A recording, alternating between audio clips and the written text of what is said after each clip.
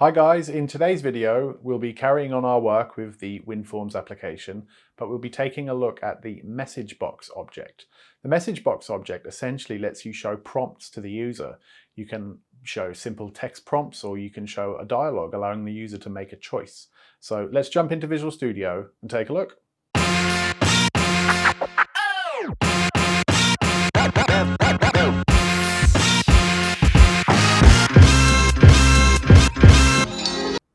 So we will be continuing on from yesterday's project with our WinForms application. So far we've looked at labels, text boxes, buttons, and we've kind of looked at how those can all interact with each other and form the basis of a user interface program. What we will look at today is something called a message box. And a message box is essentially an alert that pops up and gives the user some information. So we're going to use our button, and instead of updating the label in the welcome message label, we are going to show a message box, and it's like a simple one-liner. So we say message box dot show, and you'll see in here this takes text. It can take a bunch of other stuff that's quite complicated, but for the time being all we really need to look at is the text, and what we want to do is update it with the value from the text box, so in our txt user input.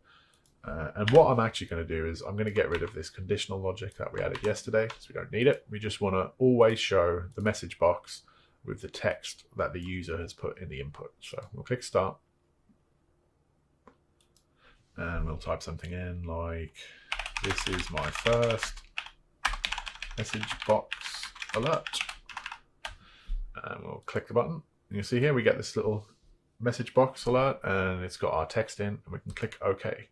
And that's just a really good way of kind of letting the user know something's happened. So you might have a program that writes some text files, and when it's finished writing the text files, you might pop a message up and say, finished writing text files, thank you, something like that. And it's just a really good way of updating the user on the progress of things or letting them know that something's finished. Now, what you probably noticed there was that our message box didn't have a title, so we can actually go ahead and we can put a second string in here, and we could say message box title. And if we go ahead and run our program again, we just put hello in the text box, click the button, you see now our message box has a title.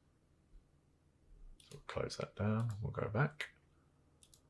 So what you might also find is that in addition to showing the user a message, you might want them to confirm or decline something like a yes/no box. We can also do that. So we can actually jump onto the end of our show method here, and we can specify message box buttons dot, and we get a bunch of different options here. We can have yes, no cancel, okay cancel, retry cancel. So there's all these different options. And you've probably seen all of these in various other programs on here. Programs very often ask you whether you want yes or no to, would you like to do this, yes or no, or maybe you've got yes, no, cancel. So if we just use the yes, no one, we're actually now going to need to capture the value of this. So you see this show method actually returns a dialog result. And previously, when we've just had the OK button, we've not really been very interested in that. But now, because we want to know what the user actually does, we will say var result, and we'll assign the result of this show function into our result variable. And we can then actually use that with our conditional logic. So we can say if result equals, we'll say yes.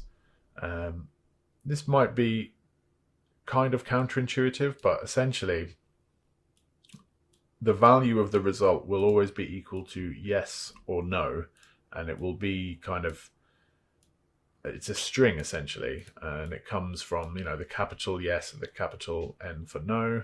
And what we'll actually need to do to make it work is we'll have to add toString equals yes, and then if they click yes, the result will equal yes, and then we will jump into the inner clauses of our conditional logic. And so we might then at that point want to show another message box. And we'll say dot show, and we'll say here, thank you for clicking yes, smiley face. If we go ahead and run that, we'll pop some text in here, say hello, we'll click the button, and now we get the yes or no. And actually, I'm just going to add a breakpoint in here. And if we click yes, you'll see that when we hover over the result, it's equal to yes. So of course, when we press next, we will get another message box thanking us for clicking yes with a quite an extreme typo in there. And we can just click OK.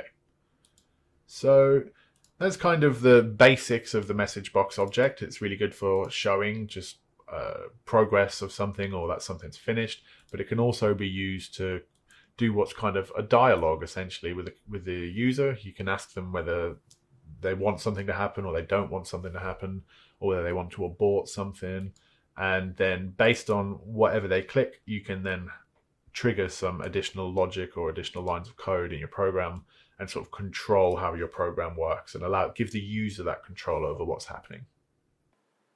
Hi, I hope you found that video useful. If you have any comments or feedback, then please leave me a comment below. I'm currently doing new videos every single day, so if you'd like to be notified about those, then hit that subscribe button, and I will see you in the next one.